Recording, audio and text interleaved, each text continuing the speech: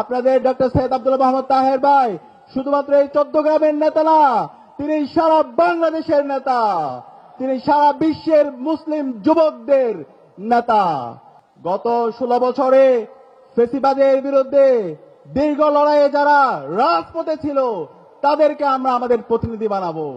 এবং জুলাই বিপ্লব পরে গত 1.5 বছরে যারা জনগণের পাশে ছিল, জনগণের ক্ষমতা জনগণের হাতে ফিরিয়ে দেওয়ার জন্য যারা রাজনীতি করেছে, আমরা তাদেরকে বেছে নিব।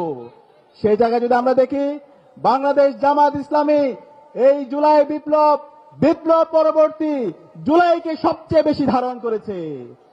জুলাই বিপ্লবের উপর যতগুলো কাজ হয়েছে সব কাজের মধ্যে জামাত ইসলামের কাজ অন্যতম গুরুত্বপূর্ণভাবে তারা গুরুত্বপূর্ণ ভূমিকা রেখেছে। জামাত ইসলামের সম্মানিত আমির জামাত ডাক্তার শফিকুর রহমান সকল শহীদ পরিবারের কাছে গিয়েছে, শহীদ পরিবারের কথাগুলো শুনেছে।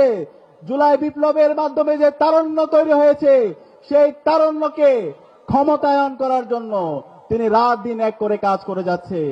এবং আপনাদের 14 গ্রামের মাটি ও মানুষের নেতা ডক্টর সৈয়দ আব্দুল মোহাম্মদ তাহের এই জুলাই বিপ্লব এবং 90-এর স্বৈরাচার বিরোধী আন্দোলনের নেতৃত্ব দিয়েছে। আপনাদের ডক্টর সৈয়দ আব্দুল মোহাম্মদ তাহের ভাই শুধুমাত্র এই 14 গ্রামের নেতা না, তিনি সারা বাংলাদেশের নেতা, তিনি সারা বিশ্বের মুসলিম যুবকদের নেতা।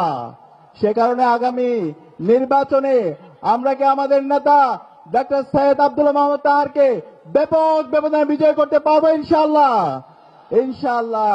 আমরা একসাথে বলবো, তারুণ্যের প্রথম ভোট, তারুণ্যের প্রথম ভোট, তারুণ্যের প্রথম ভোট দাঁড়িপাল্লার পক্ষে হোক। ইনকিলাব জিন্দাবাদ।